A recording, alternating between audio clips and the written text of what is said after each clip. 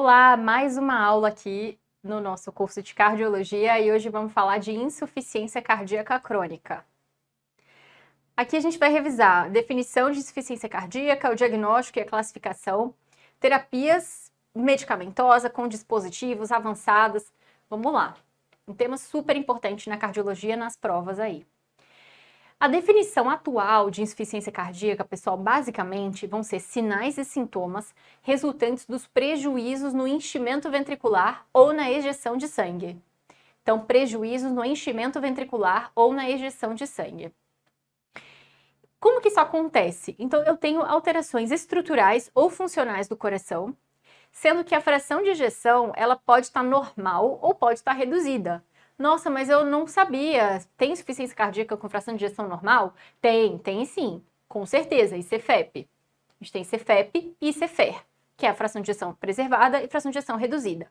Aquela ideia, aquele conceito de insuficiência cardíaca sistólica e diastólica, a gente não conversa mais. Por quê?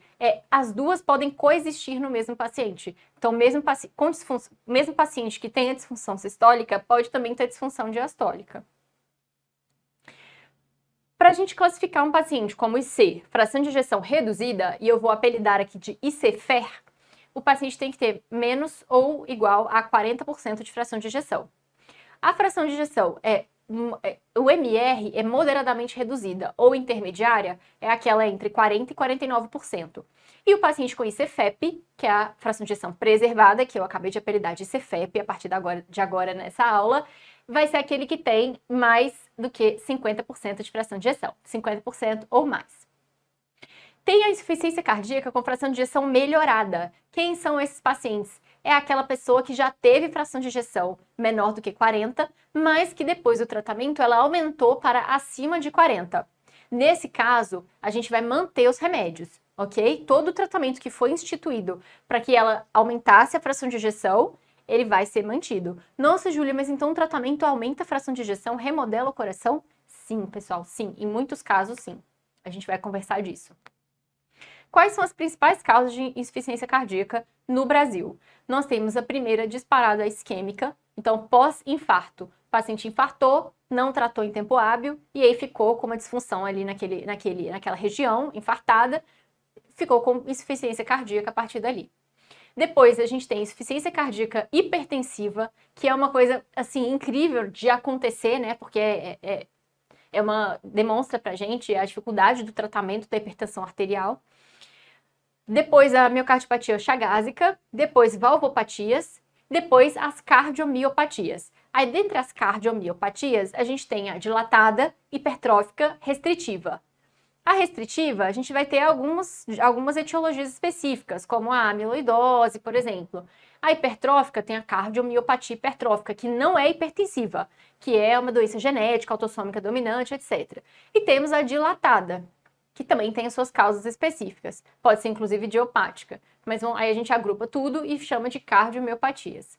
Temos outras causas também, que são as doenças congênitas, as cardiotoxicidades, principalmente por álcool. Temos visto também um outro caso de uso de hormônios, né, hormônios sintéticos, que causam miocardiopatia. Temos miocardites, cardiopatia periparto e taquicardiomiopatias, são outras etiologias. E como nós vamos classificar? Temos dois tipos de classificação da insuficiência cardíaca. A primeira é a do ACC, do American College of Cardiology. Eles falam um pouco da linha do tempo da insuficiência cardíaca, tá? É uma classificação que enfatiza o desenvolvimento e a progressão da doença, como se fosse uma linha do tempo. Começa quando o paciente adquire qualquer alteração estrutural no coração e termina quando a IC dele é refratária ao tratamento. Vamos entender um pouco melhor. O estágio A é aquele paciente que tem risco de desenvolver insuficiência cardíaca. Então, é o paciente que usa algum remédio cardiotóxico, exemplo, uma quimioterapia que pode ser cardiotóxica, ou tem história familiar de cardiomiopatia, ou é hipertenso, ou tem doença coronária. O estágio B é aquele paciente que não tem sintomas, isso é muito importante, ele não tem sintomas de IC, mas ele tem alteração estrutural no coração. Ou ele já tem aumento de pressões de enchimento, ele já tem aumento do BNP, mas ele não tem sintomas. Pode ser, inclusive, que ele já tenha uma disfunção ventricular, que ele tenha uma fração de ejeção que já está lá em 40, mas não tem sintoma nenhum e nem nunca teve. Porque se ele já teve um dia, ele nunca mais pode ser B. O B é aquele que tem alteração estrutural, mas nunca teve sintomas. O estágio C é aquele que tem sinais e sintomas de insuficiência cardíaca. E o estágio D é aquele paciente que tem insuficiência cardíaca refratária, que é aquele que eu chamo de avançada, aquele que já não responde mais aos tratamentos que nós temos para IC. Então, estágio C e estágio D. Aí, quando eu pego esse paciente estágio C e estágio D, eu consigo classificar os sintomas deles também, que a gente vai ver daqui a pouquinho, que é a outra classificação de insuficiência cardíaca. A insuficiência cardíaca, portanto, ela é uma expressão clínica, são sinais e sintomas, como nós falamos, decorrentes das limitações então, do coração de atender às demandas teciduais. E aí, quando eu tenho essa limitação de atender às demandas teciduais, eu vou ter sinais e sintomas de baixo débito. E ou o coração consegue fazer isso, mas às custas de alta pressão de enchimento. E aí eu vou ter os sintomas de congestão pulmonar e sistêmica. Basicamente, gente, a clínica de insuficiência cardíaca é você bater o olho no paciente e o paciente ter sinais e sintomas de baixo débito e ou congestão. E aí, o diagnóstico, como eu falei para vocês, é bater o olho no paciente e ver sintomas de congestão e má perfusão. Ou seja, é um diagnóstico clínico. É um diagnóstico clínico. É você, com uma anamnese e exame físico bem feitos, você consegue dar diagnóstico de insuficiência cardíaca. A partir dessa questão, foram criados os critérios de Framingham. Os critérios de Framingham, eles existem para nos ajudar a dar diagnóstico de insuficiência cardíaca com base em sinais e sintomas do paciente. Então, aqui à esquerda, eu tenho os critérios maiores de Framingham e aqui os critérios menores de Framingham. Os maiores são mais específicos de insuficiência cardíaca. Então, para eu dar o diagnóstico, eu preciso ter 2 critérios maiores e um menor, ou um maior e 2 menores. E quais são os critérios maiores? Pessoal, dispneia paroxística noturna. Paciente que tem dispneia paroxística noturna, é muito provável que ele tenha IC. Cuidado só, porque tem paciente com apneia do sono que você às vezes confunde. O paciente fala, eu acordo no meio da noite meio com falta de ar. E na verdade ele está só tendo uma apneia do sono e não dispneia. A dispneia paroxística noturna é aquele paciente que desperta à noite, depois normalmente de cerca de 2 horas de sono. Desperta com falta de ar mesmo, ele tem que se levantar, ficar um tempo sentado ou em pé para melhorar a dispneia e depois ele volta a deitar. Isso é dispneia paroxística noturna. Além disso, turgência jugular a 45 graus, refluxo hepatojugular, estertor pulmonar crepitante, cardiomegalia no raio-x, edema agudo de pulmão e B3. Todos esses são critérios maiores de Framingham. E observem que todos são sintomas de quê? De congestão. Congestão, além, assim, tirando, né, excetuando a cardiomegalia, que vai ser um sinal aí de aumento da área cardíaca. Mas aqui, dispneia paroxística noturna é congestão, turgência jugular é congestão, refluxo também, todos os outros são congestão. Se o paciente chega para você com esses sintomas, você já sabe, tá congesto. Critérios menores vão ser aqueles mais inespecíficos. Por que eles são inespecíficos? Eles podem estar presentes também em outras doenças. Então, edema de tornozelo bilateral. Gente, só do paciente tomar amlodipino, às vezes ele já tem edema de tornozelo bilateral. Tosse noturna. Tem refluxo, pode ter tosse noturna também. Dispneia aos mínimos esforços. Tem outras, ele tem alguma nefropatia, ele tem alguma pneumopatia, também pode ter dispneia aos esforços. Derrame pleural e taquicardia. São critérios menores de Framingham. Se eu tenho 2 critérios maiores, eu dei diagnóstico de 2 critérios maiores e um menor, eu dei diagnóstico de insuficiência cardíaca. Preciso de exame complementar? Preciso. Por quê? Eu já dei o diagnóstico clinicamente, mas eu preciso refinar meu diagnóstico. Eu preciso dar prognóstico para ele e eu preciso entender que tipo de insuficiência cardíaca meu paciente tem para eu tratar ele da forma mais adequada. O BNP é muito importante. Por quê? O BNP, ele é BNP ou NT-proBNP. Então, ele é prognóstico. Ele me ajuda no diagnóstico quando eu tenho dúvida, tá? Então, eu tenho dúvida no diagnóstico, principalmente ali na descompensação da insuficiência cardíaca. Então, ele pode também me ajudar e ele me dá uma ideia de prognóstico, de gravidade. As provas gostam de cobrar de vocês o que aumenta BNP e o que abaixa BNP. Obesidade reduz BNP, então tem que ficar atento com isso daí. O paciente que é muito obeso, às vezes ele tem clínica de insuficiência cardíaca, mas um BNP que não te convence muito, um BNP baixo, pode ser pela obesidade. Anemia, doença renal crônica e idade avançada aumentam o BNP. Quando que eu vou pensar que o paciente não deve ter IC? Então, o BNP ele é interessante para excluir IC. Estou na dúvida do diagnóstico, peço um BNP. Se ele vem menor do que 100 ou o NT-proBNP vem menor que 300, eu já fico desconfiada de que aquilo ali provavelmente não é insuficiência cardíaca. O que mais que eu peço de exame complementar? Um eletrocardiograma, para eu entender, tem arritmia ali, tem sinais de sobrecarga, tem alteração do eixo, tem bloqueio, o que tem ali no raio-x do meu paciente, com insuficiência no eletrocardiograma do paciente. Raio-x de tórax, também é importante. Tem congestão no raio-x de tórax? Como que está a área cardíaca desse meu paciente? Ele tem uma anatomia que está preservada? Tem alguma alteração pulmonar muito importante que eu preciso ver?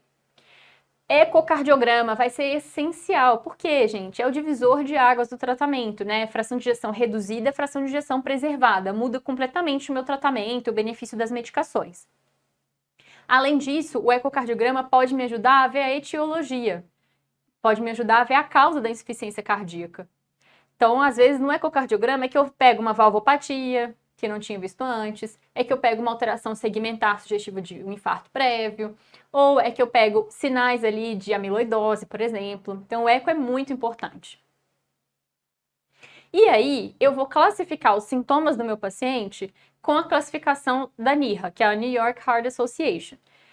Por que essa classificação é diferente da do ACC? O ACC é a linha do tempo da IC, né? Desde quando o paciente tem risco para IC até a refratariedade.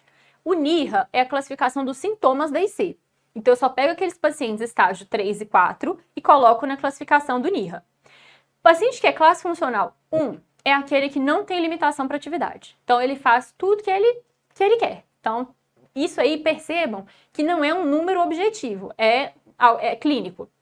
Então, o paciente ele faz tudo, ele não tem limitação para nada. Ele sobe o morro dele, que ele tem que subir todo dia, ele anda na rua, ele corre, se correr, tá tudo bem. O classe funcional 2 é um paciente que tem leve limitação para atividade física. Então, é aquela pessoa que faz as atividades habituais, tudo bem, mas na hora que ele vai para um extra-habitual, então na hora que ele vai subir um morro, que não é algo que ele faz todo dia, ele sente. Então, ele sente essa leve limitação. O classe funcional 3 é o paciente que tem limitação acentuada para atividade física. O que quer dizer isso? Quer dizer que ele tem limitação para esforço habitual. Então, é o paciente que tem dispneia para andar no plano. Ele vai à padaria todo dia e ele passa a não conseguir ir à padaria todo dia porque é a 2 quarteirões da casa dele, ele tem que parar no meio para descansar. É um paciente que tem dificuldade, às vezes, de tomar banho, tá? Então, esse já vai para a classe funcional 3. Não consegue mais limpar a casa, a pessoa gostava de limpar a casa, ou tinha esse hábito, não consegue mais. Então, classe funcional 3. E o classe funcional 4 é aquele paciente com acentuada limitação. Então, ele tem sintoma no repouso. O paciente tem dispneia no repouso. Então, é uma classificação de sintomas, como a gente falou, estágios D, C e D do ACC. Questão. A insuficiência cardíaca é uma síndrome clínica decorrente da incapacidade do coração de bombear sangue adequadamente. Secundária, em boa parte dos casos, ao controle pressórico inadequado por longo período de tempo. Isso, por exemplo, a insuficiência cardíaca por hipertensão, né? Miocardiopatia hipertensiva. Para o seu diagnóstico, além do amparo de exames complementares, é necessário se basear nos sinais e sintomas clínicos, boa parte englobados nos chamados critérios de Framingham para o diagnóstico de insuficiência cardíaca. Entre os critérios maiores, encontra-se qual? Critérios maiores, acabamos de ver, são os mais específicos. A gente já sabe, dispneia aos esforços ordinários. É só vocês raciocinarem, pessoal, com todo o conhecimento médico que vocês já têm. Dispneia e esforços ordinários. O paciente pode ter DP ou C, e não necessariamente C, então ele não é muito específico, não deve ser. Diminuição da capacidade funcional em 1/3 da máxima registrada previamente. Também pode ter um DP ou C. Aí, derrame pleural, pode ser uma nefropatia, pode ser uma pneumonia, podem ser outras doenças. Hepatomegalia, mesma coisa, podem ser outras coisas. O que é mais específico para IC aqui é refluxo hepatojugular, porque isso é congestão. Em relação à classificação da insuficiência cardíaca em classes funcionais do New York Heart Association e em estágios de evolução e prognóstico do American Heart ou American College, né, o ACC e o AHA, eles compartilham essa classificação. É correto afirmar o quê? De baixo para cima. Portador de estenose mitral assintomática é estágio C? Não. Assintomático, é B. A classe funcional 1 corresponde ao estágio A do AHA?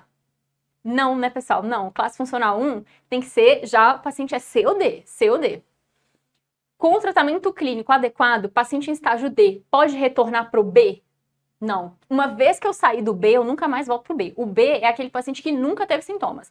Se eu já tive sintomas alguma vez na vida, eu nunca mais viro B. Eu viro C, para sempre. Ou, se ficar refratário, eu vou pro D. Então, a resposta é a letra A, paciente com doença coronária grave, é estágio A, que é aquele paciente em risco. E qual é a fisiopatologia da insuficiência cardíaca? Pessoal, isso é belíssimo, assim, essa descrição fisiopatológica, porque ela tem toda a relação com o tratamento, completa relação com o tratamento, que ataca diretamente essa fisiopatologia, tá? E o que acontece, então, na fisiopatologia da IC? Basicamente, tudo começa aqui em cima. Presta atenção aqui em cima. Eu tenho um dano cardíaco estrutural, que pode ser dilatação do coração por conta de uma miocardiopatia dilatada, pode ser um infarto, que gerou uma alteração segmentar. Pode ser uma hipertrofia gerada pela hipertensão. Eu tenho algo estrutural que aconteceu. No que isso acontece, eu tenho a ativação do sistema renina-angiotensina-aldosterona. Eu tenho mecanismos neuromorais que vão ser desencadeados para que eu mantenha um funcionamento adequado do coração, para que eu mantenha uma perfusão dos órgãos adequadamente, para que o coração consiga manter sua função, mesmo ele estando lesado. E aí, qual que é o problema? É que a ativação do sistema renina-angiotensina-aldosterona traz efeitos deletérios para o coração. Então, eu tenho congestão, porque eu aumento a retenção de sódio e água lá pelo rim. Pode ter disfunção endotelial e pode ter piora da função renal. A congestão venosa, e perceba que tudo isso está interligado, porque no que eu tenho congestão venosa, eu também posso aumentar a congestão venosa do rim, também, da veia renal, posso ter piora de função renal. E isso também contribui para uma ativação ainda mais exacerbada do sistema renina-angiotensina-aldosterona. E aí, nesse processo, o que acontece? Congestão, o coração vai tendo cada vez mais pressões de enchimento elevadas, e nisso que ele tem pressões de enchimento mais elevadas, os mecanismos neuromorais vão sendo cada vez mais ativados, porque o coração começa a funcionar pior, e tudo isso vira um ciclo vicioso. E aí eu tenho remodelamento do ventrículo esquerdo, e a doença vai só piorando. Vamos falar então da insuficiência cardíaca fração de ejeção reduzida, que é aquela menor ou igual a 40. Então, essa é a insuficiência cardíaca para a qual a gente tem o melhor, os tratamentos são mais eficazes. Primeiro, não farmacológico. O que eu oriento para o paciente? Ele precisa zerar o sal? Não, não precisa zerar o sal. Ele vai evitar comer muito sal, ok?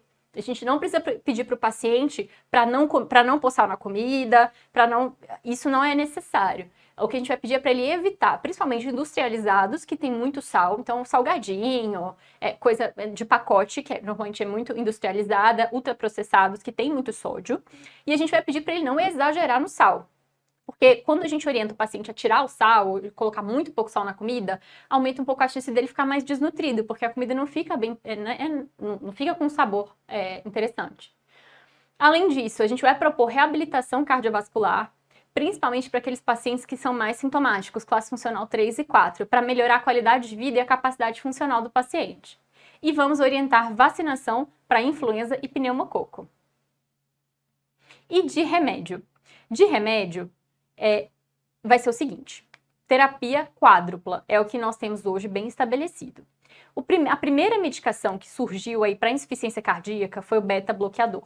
Na verdade, assim, o IECA e o beta-bloqueador. No início, até tem umas histórias meio anedóticas, assim, porque o beta-bloqueador, ele é meio contraintuitivo na IC. Por quê? O beta-bloqueador é um remédio que ele faz o coração bater mais lento e um pouco mais fraco. Ele é um inotrópico e um cronotrópico negativo. E aí, baseado na insuficiência cardíaca, é algo meio contraintuitivo, né? Porque a frequência cardíaca é algo que aumenta o débito cardíaco em geral, né? Lembrar que o volume sistólico vezes frequência cardíaca é o débito cardíaco. Então, se eu tenho uma frequência cardíaca mais alta, eu aumento o débito. Como assim eu vou diminuir a frequência cardíaca, né? E a outra questão é que faz o coração bater um pouquinho mais fraco. Então, se eu tenho já um coração fraco, como que eu vou dar um remédio que vai fazer ele bater mais fraco ainda? Mas a grande questão, pessoal, e a maravilha, é que o beta-bloqueador, ele age no core, no centro da fisiopatologia, porque ele diminui essa hiperativação adrenérgica, que acontece na insuficiência cardíaca trabalha muito para o remodelamento ventricular e para a piora progressiva da insuficiência cardíaca. Então, o beta-bloqueador, ele interrompe esse ciclo, ele interrompe essa fisiopatologia. Então, depois que a gente foi estudar isso em ensaio clínico randomizado, nós vimos que é a medicação central, inclusive é a medicação que mais reduz mortalidade. Reduz morte súbita, reduz mortalidade, reduz piora da IC, reduz, progressão da IC e tudo mais. Não é qualquer beta-bloqueador, tá? Não é qualquer beta-bloqueador. Nós temos estudos que mostraram esse efeito com o carvedilol, o bisoprolol e o succinato de metoprolol. Então, podem ser esses 3. Além disso, a gente tem aqui os IECA, BRAS e mais contemporaneamente os INRAs. O INRA, né? Que a gente só tem um remédio disponível dessa classe hoje. Então, IECA e BRA, basicamente esses remédios aqui, eles atuam no mecanismo do sistema renina-angiotensina-aldosterona. Inicialmente, o que foi estudado foi o enalapril, então a gente pode usar enalapril, né? O captopril, o enalapril foram os IECAs. Depois vieram os estudos dos BRAs, losartana, por exemplo, e recentemente o Entresto, que é o inibidor do receptor da angiotensina e neprilisina, que é o sacubitril, valsartana, é o Entresto. Pessoal, é um desses. Eu não associo IECA ou com BRA e eu não associo nenhum desses com INRA, ok? A gente vai escolher um desses 3 para começar. Em geral, a gente vai começar ainda com IECA, BRA e vai trocar para Entresto se o paciente continua sintomático. Mais modernamente, as diretrizes, as últimas diretrizes, principalmente internacionais, elas têm permitido que a gente já comece com INRA. Mas no Brasil, até por indisponibilidade, no SUS é muito mais fácil você conseguir IECA, BRA. Então a gente começa com esses remédios aqui, IECA e BRA, e depois eventualmente faz a troca. Tem um bizu nessa troca aqui que eu já falo para vocês, tá bom? Guarda.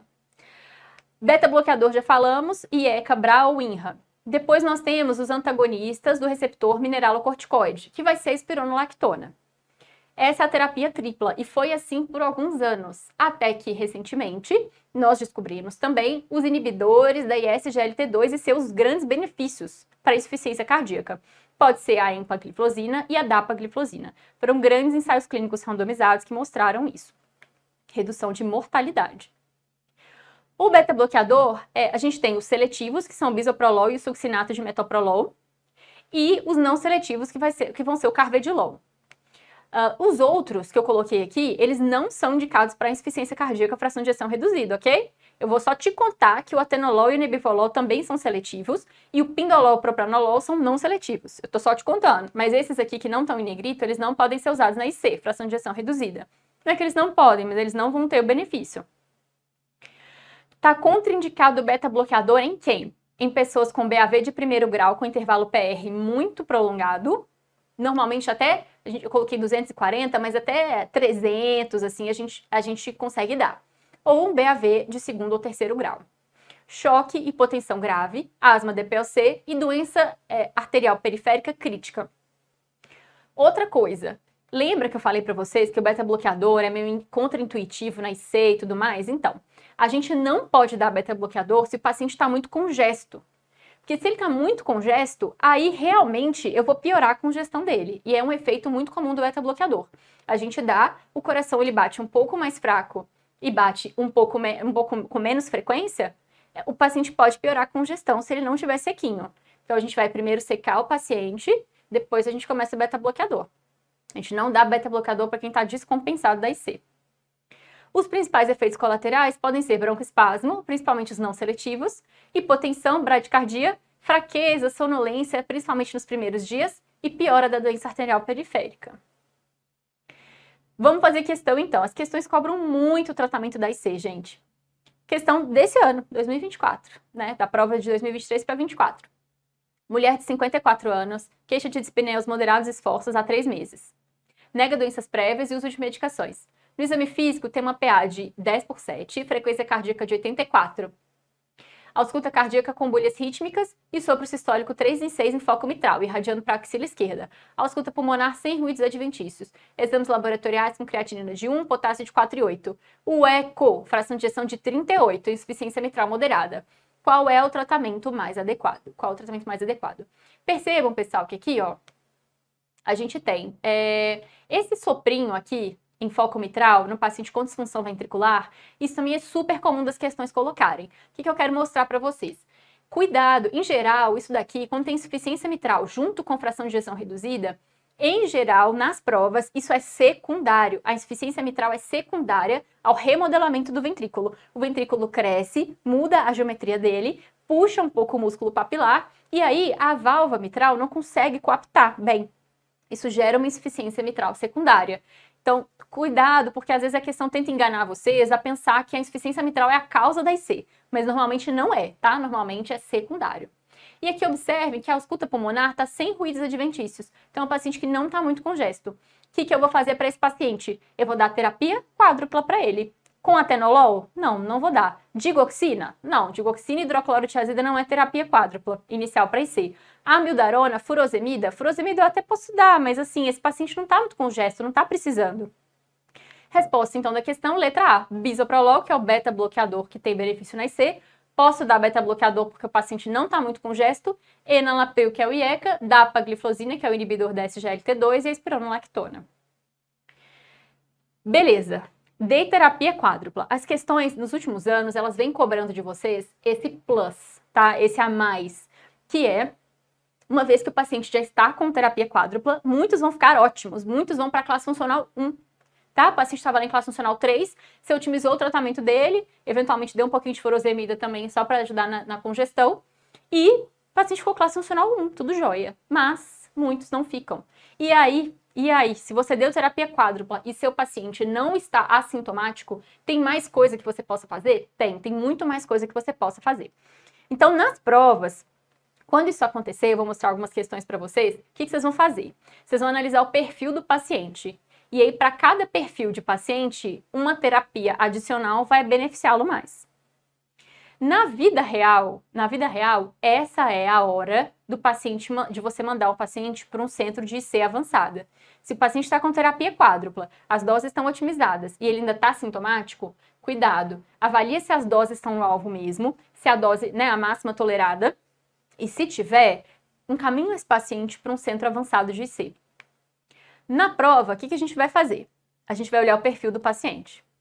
Então, se ele é um paciente com contraindicação, aí é cobrar. Ou se é autodeclarado negro, a gente vai fazer hidralazina com nitrato.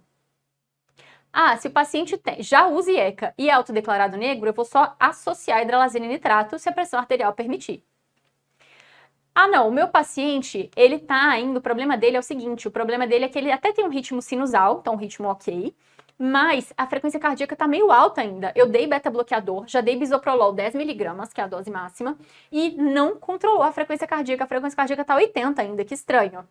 Então eu posso dar ivabradina. Eu vou dar uma outra medicação que traz a frequência cardíaca um pouquinho para baixo. Ah não, é o seguinte, o problema do meu paciente é que ele tem um ritmo sinusal, mas sabe o que eu achei curioso? No eletrocardiograma dele, ele tem bloqueio de ramo esquerdo. E o bloqueio de ramo esquerdo dele tem mais de 120 milissegundos, especialmente mais de 150 milissegundos.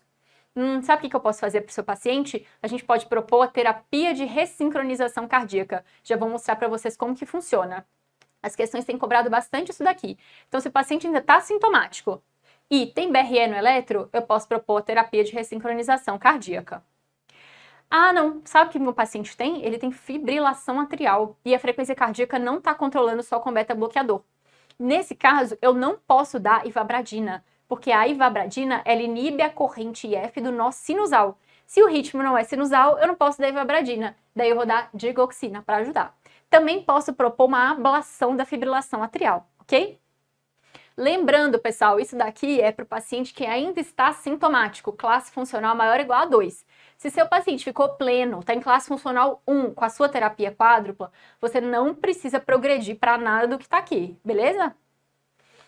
Além disso, se o seu paciente, junta tudo isso, e mesmo lá no início do tratamento, se o seu paciente tem fração de ejeção menor que 35%, e isso é por conta de um infarto, ele é isquêmico, ele tem benefício do uso do cardiodesfibrilador implantável. O que é isso? É basicamente o que a gente chama de CDI. É um desfibrilador que é implantado aqui, e se o paciente tiver alguma arritmia, por exemplo, uma taquicardia ventricular ou uma fibrilação ventricular, o CDI, ele dá um choque, ele identifica esse ritmo, dá um choque, e isso previne morte súbita. Para os pacientes, então, com fração de ejeção reduzida, isquêmicos, eles têm um benefício importante da redução de morte súbita, mesmo se eles não estiverem sentindo nada, tá? Saiu do hospital, já pode estar com CDI. Se nunca tiver tido morte súbita também, é que no Brasil, no SUS, a gente não consegue implantar esse CDI para todos esses pacientes. Então, a gente implanta só se o paciente já teve uma taquicardia ventricular, ou se já teve uma síncope de alto risco, ou se já teve morte súbita abortada. E o que é a terapia de ressincronização cardíaca? Gente, é uma tecnologia linda que foi inventada aí. Basicamente, o BRE, o que ele faz? Né? O BRE, ele bloqueia o ramo esquerdo, então o QRS do paciente é um pouco mais largo. Isso tem uma consequência física no coração, que é a seguinte: os ventrículos, eles não batem exatamente na mesma hora. Como eu tenho bloqueio de ramo esquerdo, o ventrículo esquerdo, ele bate um pouquinho depois do direito. Então, tem uma dissincronia ali entre os dois ventrículos. E isso pode piorar os sintomas do paciente. E o que a gente faz? A gente implanta esse dispositivo aqui. No raio-x, vocês vão ver que tem 3 eletrodos. Presta atenção. Tem um eletrodo no átrio, um eletrodo no ventrículo direito e um eletrodo que está passando pelo seio coronário e está no ventrículo esquerdo. Isso é para quê? O eletrodo do átrio sente a onda P e manda um estímulo para que os dois ventrículos batam na mesma hora. E qual é a consequência disso? A consequência disso é um estreitamento aqui do QRS do paciente. Então, o paciente que está ressincronizado, olha só, aqui o QRS tinha 174 milissegundos e eu caio para 152 milissegundos. Eu consigo sincronizar um pouquinho os dois ventrículos. Aqui tem até uma mudança no eixo do eletro, porque perceba que o estímulo para a contração do ventrículo esquerdo, ele não está vindo mais de cima para baixo, ele está vindo ali da lateral, normalmente, que a gente coloca o eletrodo, né? Da lateral da parede do ventrículo esquerdo. Então, isso gera uma mudança no eixo do eletro. Aqui vocês conseguem ver bem, principalmente em parede lateral aqui. E os diuréticos? Primeiro, vamos deixar claro aqui que diurético não muda a mortalidade em estudo científico. Mas é claro que muitos pacientes com IC vão precisar de diurético, porque o diurético é a terapia de primeira linha para melhorar a congestão. E o diurético que a gente mais vai usar vai ser a furosemida, o diurético de alça, que é o mais eficaz para melhorar a congestão. O ideal é, depois que seu paciente ficou bem, você usou terapia quádrupla, aí você entrou com diurético junto no início, o paciente ficou melhor, né, ficou bem, não tem mais congestão, ficou classe funcional 1. Se o BNP estiver baixo, o BNP ajuda a gente também, porque às vezes, gente, tem paciente que é difícil de examinar. Tem paciente que eu vou examinar e aí eu não consigo ter certeza se ele ainda está congesto ou não. O BNP me ajuda. Se o BNP estiver baixo e o paciente não tiver muitos sintomas, está compensado, euvolêmico, eu posso tentar tirar a furosemida. Muitos pacientes, no entanto, vão precisar de alguma dose de furosemida indefinidamente. Pode ser uma dose baixa, mas muitos vão precisar. Ah, eu tenho um outro caso, professor, o meu outro problema. É o meu paciente, ele está com terapia quádrupla, ele já está com furosemida, mas eu não consigo melhorar a congestão dele só com furosemida. A coisa não está indo para frente. Seu paciente pode ter resistência à furosemida, que em geral é causada por uma hiperplasia da alça de Henle. Nesse caso, a gente associa diuréticos. Então, a gente deixa furosemida com hidroclorotiazida ou outro tiazídico e aumenta a espironolactona do paciente para ajudar na diurese. Pronto. Então, resumidamente, usei terapia quádrupla, meu paciente ainda está sintomático. Se isso for na prova, você lê o enunciado, checa frequência cardíaca, pressão arterial, volemia e eletro. Checa essas 4 coisas. Frequência cardíaca, pressão arterial, volemia e eletro. O ritmo é sinusal? Se sim, e a frequência cardíaca está maior que 70 ou BRE, você vai definir se você vai dar ivabradina. Se o paciente não tiver BRE e tiver frequência alta, você vai dar ivabradina. E se o paciente tiver BRE, você pode encaminhá-lo para terapia de ressincronização cardíaca. Se o ritmo não é sinusal, o paciente está em FA, você pode considerar digoxina ou cardioversão elétrica, ou até amiodarona ou ablação da fibrilação atrial. Se o paciente é autodeclarado negro e a pressão arterial ainda está acima de 65, eu vou dar hidralazina e nitrato. E eu vou otimizar os diuréticos. Questão, então, para ver se a gente entendeu. Homem de 52 anos, branco, faz acompanhamento ambulatorial por miocardiopatia hipertensiva há 6 meses. Faz uso de furosemida, espironolactona pela manhã, além de enalapril 20mg, carvedilol 25 duas vezes. Durante o último retorno, há 2 meses, deixou de melhorar e persiste com dispneia ao caminhar pela casa no plano. Então, o paciente está classe funcional 3 aqui, né? Nos esforços habituais, ele está com dispneia já. Então, exame clínico, pressão de 108/86, tá corado, hidratado, eupneico em repouso, bulias rítmica, sopro sistólico em área mitral, aquele soprinho de insuficiência mitral secundária que eu comentei com vocês, muito provavelmente, com irradiação para axila, pulmões sem alterações, membros inferiores sem edema. Hemograma, eletrólitos ureia creatinina normais. No ecocardiograma, a fração de ejeção é de 0,3, ou seja, 30%. Hipocontratilidade difusa.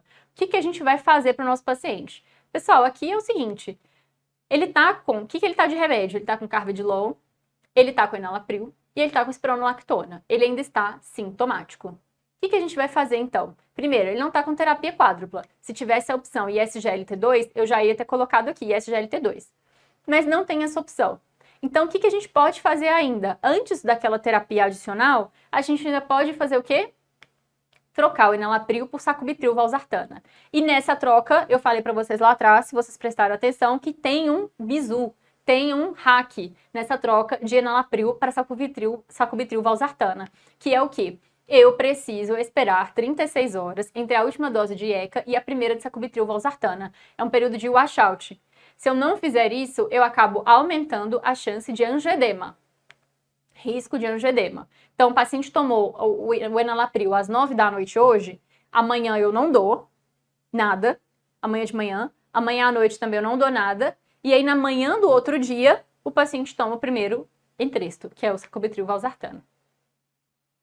Mais uma, 48 anos, negro, miocardiopatia hipertensiva com fração de ejeção de 28%, aí uso de enalapril 20 duas vezes, carvedilol 25 duas vezes, espironolactona 50 por dia, furosemida 80 por dia. Atualmente com dispneia aos esforços médios. Ao exame clínico, 142/84 de pressão, frequência cardíaca de 62, sem sinais de hipervolemia. O eletro tem ritmo sinusal, o bloqueio é de ramo direito, e aí te pergunta qual é a intervenção de maior grau de recomendação no tratamento desse paciente. Pessoal, vai ser associar a ivabradina? Não, porque a frequência cardíaca está 62. Vai ser associar a losartana? Não necessariamente, eu não vou associar a losartana. Ele já está com enalapril 22 vezes, que é a dose máxima.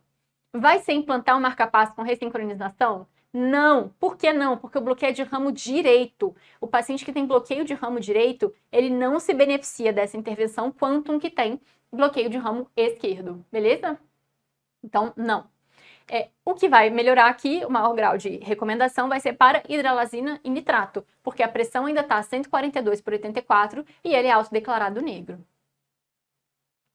Mais uma, então, 48 anos, infarto há 3 anos, com reperfusão tardia, e aí evoluiu com miocardiopatia isquêmica. Gente, essa é a história dos pacientes do Brasil em muitos lugares, O paciente infarta, não tem acesso ao cateterismo, infelizmente, acontece isso, né? Ele progride para miocardiopatia isquêmica. E aí, basicamente, esse paciente aqui tem sintomas de insuficiência cardíaca, atualmente em tratamento clínico farmacológico já otimizado, mas persiste em classe funcional 3 da NIRA. Foi realizado um eco que evidenciou o diâmetro de 74 com fração de ejeção de 33. O Holter tem extrasístoles ventriculares frequentes, polimórficas, 5 episódios de taquicardia ventricular não sustentada com até 6 batimentos, um episódio de taquicardia ventricular sustentada de 1 minuto. O eletrocardiograma está ilustrado a seguir, que eu já vou mostrar para vocês, e aí assinale a alternativa que apresenta a conduta correta, visando a redução de morbimortalidade desse paciente. Então, esse é o eletrocardiograma do nosso paciente. A gente já vê que tem o que aqui? Bloqueio de ramo esquerdo. Então, peraí, gente, olha só, é um paciente que infartou, que está com fração de ejeção menor que 35, que está sintomático mesmo em uso de medicação.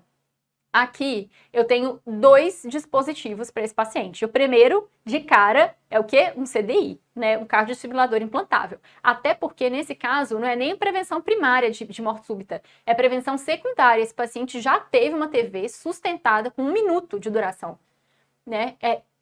Eu fico impressionada que ele não tenha relato de síncope, nem nada. mas é um paciente que já tem indicação de cardiodesfibrilador implantável. Além disso, ele está sintomático e ele tem aquele bloqueio de ramo esquerdo no eletro. Então, o que mais que está indicado para ele? Terapia de ressincronização cardíaca. Mais uma, agora desse ano, hein? 60 anos, consulta de rotina, assintomático. Há 3 anos, tinha insuficiência cardíaca sem causa definida, com fração de ejeção de 25.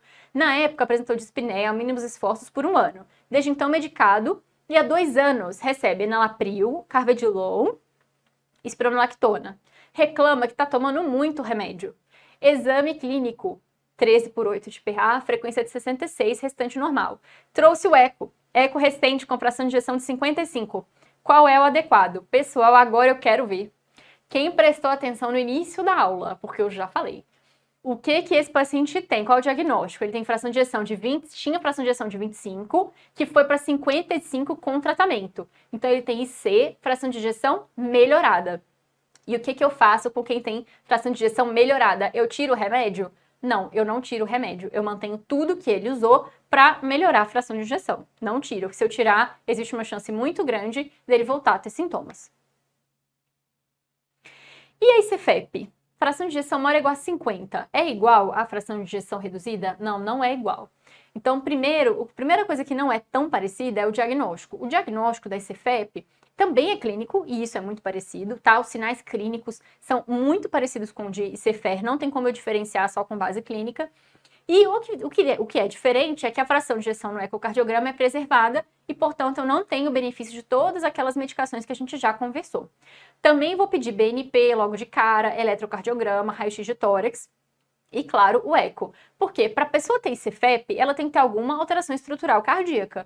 Lembra que a gente falou? Então, a insuficiência cardíaca faz parte da fisiopatologia dela, alguma alteração estrutural. Pode ser disfunção diastólica, pode ser só uma disfunção segmentar, pode ser alguma hipertrofia, alguma coisa ali, normalmente tem.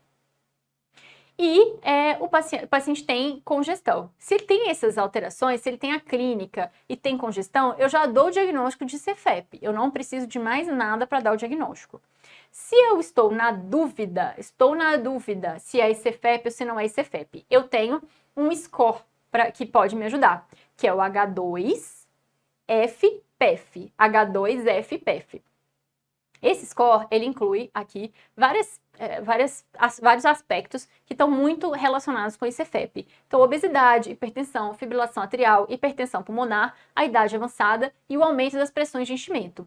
Se eu tenho um score maior ou igual a 6, eu dou diagnóstico de ICFEP. Entre 2 e 5, intermediário. Então, aqui é o fluxograma da diretriz brasileira de insuficiência cardíaca, da atualização que foi liberada em 2021, que orienta exatamente isso para vocês. Então, tem sintomas, tem sinais inequívocos de IC, e a fração de ejeção é maior ou igual a 50? Se sim, ICFEP confirmado, eu nem faço score. Se eu estou na dúvida, eu faço o score. E aí, eu posso ter, se o score maior que 6, eu confirmo também. E se for intermediário, eu vou para avaliações adicionais. E qual que é o tratamento? A gente não tem tratamento direcionado com clara redução de eventos duros cardiovasculares, que são morte, infarto. A gente não tem esse tratamento. O que a gente faz para ICFEP, então? A gente dá diuréticos para congestão, trata as causas da ICFEP, que podem ser doença coronária, hipertensão, que às vezes a pessoa tem hipertensão arterial, tem uma hipertrofia miocárdica, e é isso que leva aos sintomas de IC. Fibrilação atrial eu vou tratar também, amiloidose, sarcoidose, tudo isso pode gerar ICFEP. E aí, nós tivemos nos últimos anos 2 estudos muito importantes para cardiologia na ICFEP, que foram os estudos Emperor, Preserved e Deliver. Eles estudaram os ISGLT2 na ICFEP. E aí eles viram redução de desfecho composto, de morte cardiovascular e internação por IC. Os 2 viram benefício, então viram redução desse desfecho, mas principalmente às custas de internações por IC. Então, virou nas diretrizes que saíram depois disso, e nas atualizações que saíram depois disso, principalmente americanas e europeia, já é classe 1, você dá ISGLT2 para ICFEP. Mas lembrando que o benefício parece ser mais por hospitalização por IC do que por mortalidade. De qualquer forma, está indicado como classe 1, inclusive, em diretrizes internacionais, ok? Então, para ICFEP, a gente vai dar ISGLT2, diurético para congestão e tratar as causas. Questão, então, de CFEP. Sabe-se que o diagnóstico de insuficiência cardíaca com fração de ejeção preservada muitas vezes é um pouco mais desafiador. Foi isso que a gente acabou de conversar. Além dos critérios clínicos, comumente se encontram alterações ecocardiográficas, que muitas vezes se correlacionam com comorbidades adjacentes. Considerando essas informações, assinale a alternativa que apresenta as alterações ecocardiográficas mais classicamente encontradas em pacientes com diagnóstico de insuficiência cardíaca, fração de ejeção preservada. São as alterações que estão lá no score.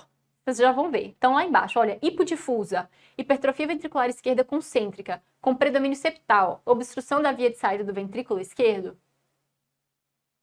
Pode ter, mas isso aqui é o quê? Isso aqui sugere cardiomiopatia hipertrófica. Hipodifusa não está tão relacionado com esse CFEP.